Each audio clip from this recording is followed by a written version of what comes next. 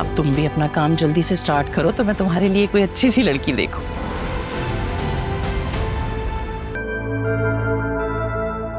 सुनो, तुम ऐसा करो, ऑटो लो और घर जाओ। मैं तुमसे कल मिलती हूँ। लेकिन तुमने तो कहा था कि तुम मुझे घर ड्रॉप करोगी, तो ऑटो? मेरी जान, आप रिक्शा ही लेके रोज आती हो ना, आज चली जाओगी तो कौन सी आफत आ जाएगी। Go home.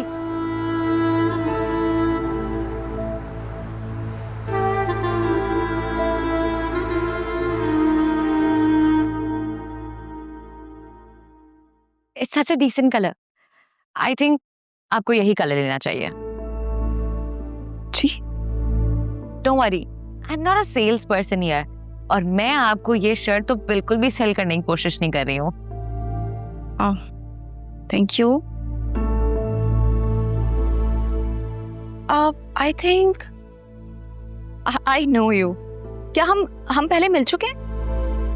नो, हम कभी भी नहीं मिले। एक्चुअली मेरी शक्ल इतनी आम सी है कि हर कोई कहता है कि मैंने आपको कहीं देखा है। नो वे, आप बहुत प्रिटी हो माशाल्लाह। काश मैं जिसको चाहती हूँ कि प्रिटी लगूं, उसको भी मैं प्रिटी लगती होती। आप व्हाट कैन आई से, this is your personal matter, but I wish you good luck. Excuse me, आप क्या प्लीज मेरी शर्ट सिलेक्ट करने में हेल्प कर सकती हैं? Actually I am really bad in selections. Could you please help me out? Actually मैं late हो रही हूँ। आप यहाँ किसी से हेल्प ले लीजिए ना। एक्चुअली मेरे हस्बैंड, वो मेरे से कभी खुश होते ही नहीं हैं, और शायद इसी बहाने उनकी नाराजगी मुझसे दूर हो जाए। आप फीमेल है ना, तो कलर पैलेट्स और इस सब चीज़ों में हम लोग ज़्यादा बेहतर होते हैं, तो आपकी help would be better.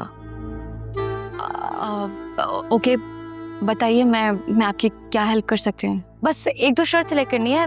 I am trying to decide the colour palette, but I am a little confused. अच्छा, मुझे ये बताइए कि उन्हें कलर कौन सा पसंद है और उनका कॉलर साइज क्या है? He is tall, 6 feet, slim, and collar size is 15.5। ये तो बिल्कुल मेरे हस्बैंड वाली फिजिक लगती है मुझे। जी, तो फिर आप ऐसा करें, अपने हस्बैंड की शर्ट समझ के ही सिलेक्ट कर लें। ओके।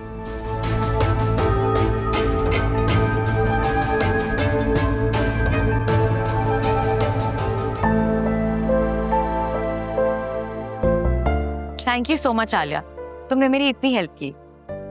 तुम्हें मेरा नाम कैसे मालूम? तुम्हारे क्रेडिट कार्ड पे लिखा था ना। ओह, वेरी स्मार्ट। आई विश मेरे हस्बैंड को ये शर्ट्स पसंद आ जाएं। जरूर आएंगी। अच्छा, अब मैं चलती हूँ। अरे नहीं, इतनी जल्दी? तुमने मेरी इतनी हेल्प की है, लेट्स हैव कॉफी टुगेदर। वो एक्चुअली मैं सच में बहुत लेट हो रही हूँ, अब फिर कभी। अच्छा चलो ठीक है, मुझे अपना नंबर तो दे दो। Okay okay, thank you, take care, bye bye bye.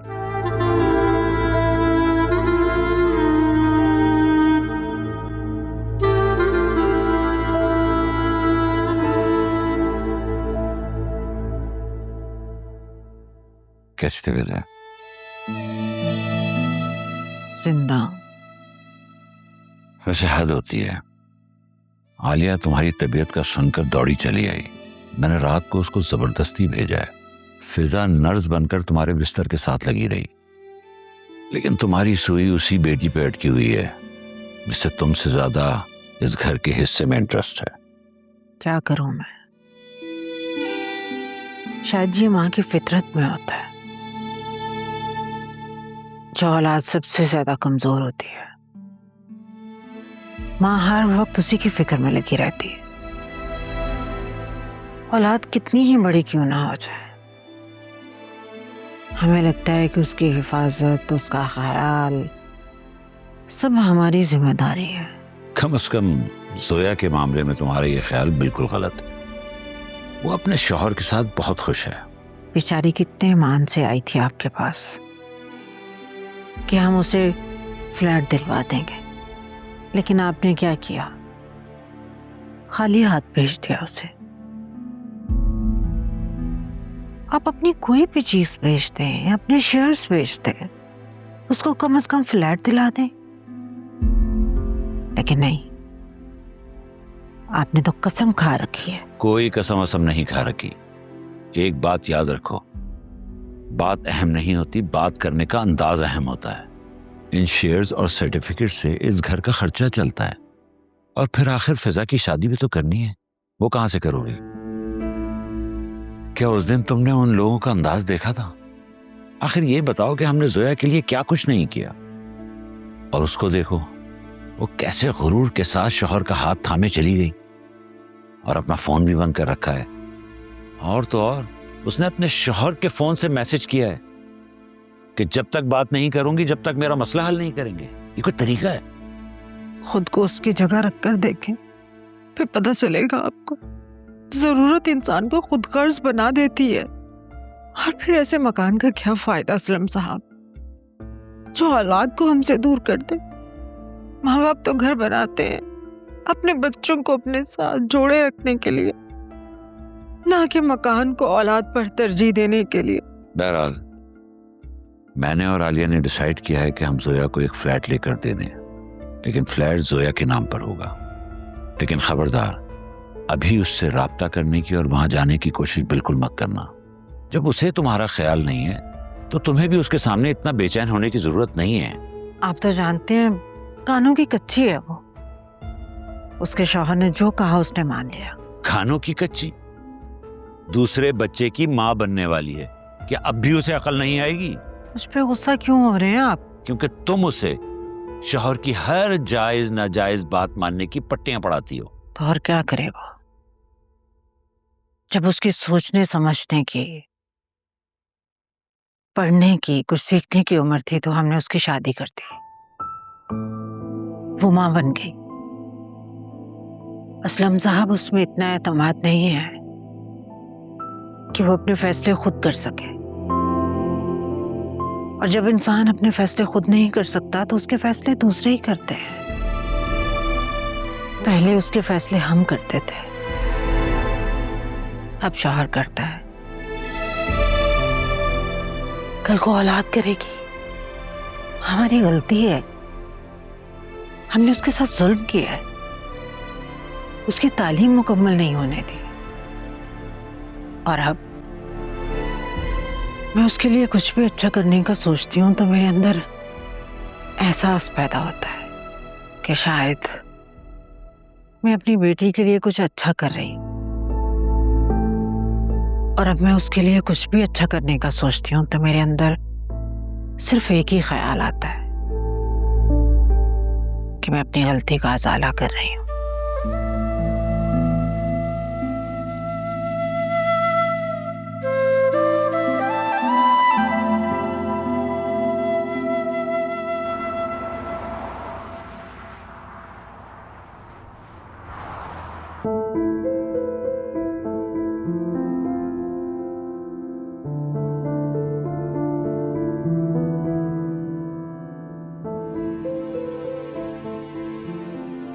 Doctor साहब, रिपोर्ट्स कैसी आई हैं? रिपोर्ट्स तो बिल्कुल ठीक आई हैं।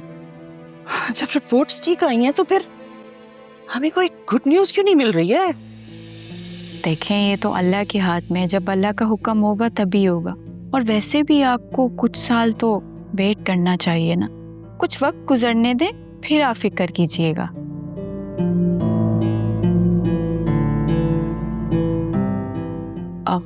Thank you doctor. रुको भाई, मेरी बात अभी पूरी कहाँ हुई है? देखिए डॉक्टर साहब, आपने अगर मजीद टेस्ट करवाने हैं तो करवाएं, और दवाएं लिख कर देनी है तो दे दें। बस अल्लाह ताला मेरे वासी को जल्द से जल्द औलाद दे दे। मैडम, मैंने आपको बोला ना वो बिल्कुल ठीक है, फिर भी आपकी तसल्ली के लिए मैं मल्टीविटामिन लिख के दे रही हूँ।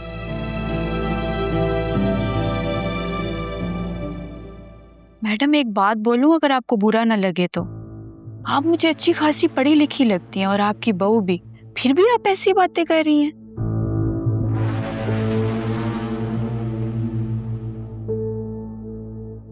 हम आपको ट्रीटमेंट के लिए पैसे दे रहे हैं, अखलाकियात पे लेक्चर देने के नहीं। आप वो काम करें जिसमें आपने स्पेशलाइज की है। चलो भाई, उठो। दरवाजा बंद करके जाइएगा। जी।